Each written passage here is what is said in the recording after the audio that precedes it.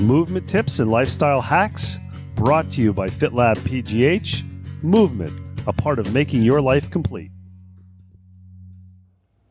FitLabPGH is back with another movement tip and lifestyle hack. We're filming this in late February. You'll probably see this in late February, early March.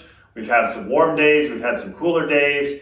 And for those of you who are fair weather runners, or you've set a New Year's resolution that once the weather starts to warm up, you're going to get outside and do a little bit of running, we hope you're also doing some resistance training.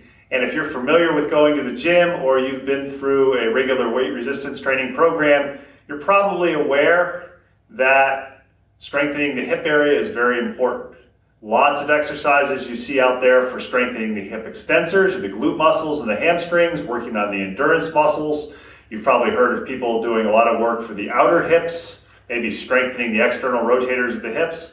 But one of the areas of the hips that are commonly ignored or not taken advantage for some strengthening in resistance training for runners are the hip flexors. These are the muscles that are going to lift the hips up or allow you to flex the hips. So if I stand, you'll see part of me, hip flexion.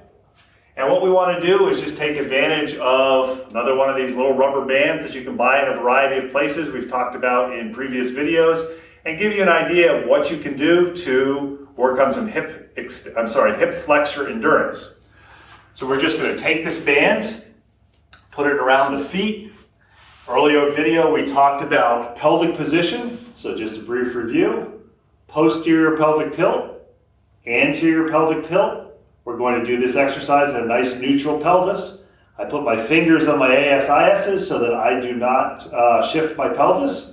I just check really quick, make sure my feet are basically pointing straight up, so there's no internal or external rotation of the hips.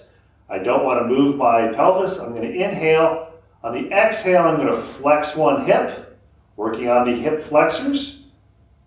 Extend, exhale, and flex. And we're working on endurance.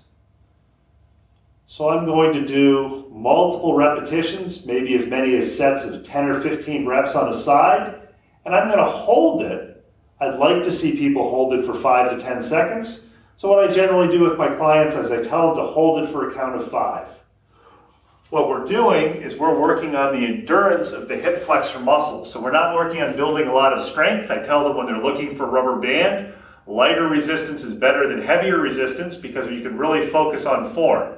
What I've found with adding this to some of my clients' workout routines or my own workout routine is when you're running and you get to some hills and you're a little bit tired, it's a lot easier to flex the hip because you have more muscular endurance, makes it easier to climb the hills. Still doesn't make it easy though. Thanks for joining FitLabPGH for another movement tip, lifestyle hack. 3 times a week, FitLabPGH brings you a movement tip or lifestyle hack. Thanks to the Pilates Body for providing us a locale for filming.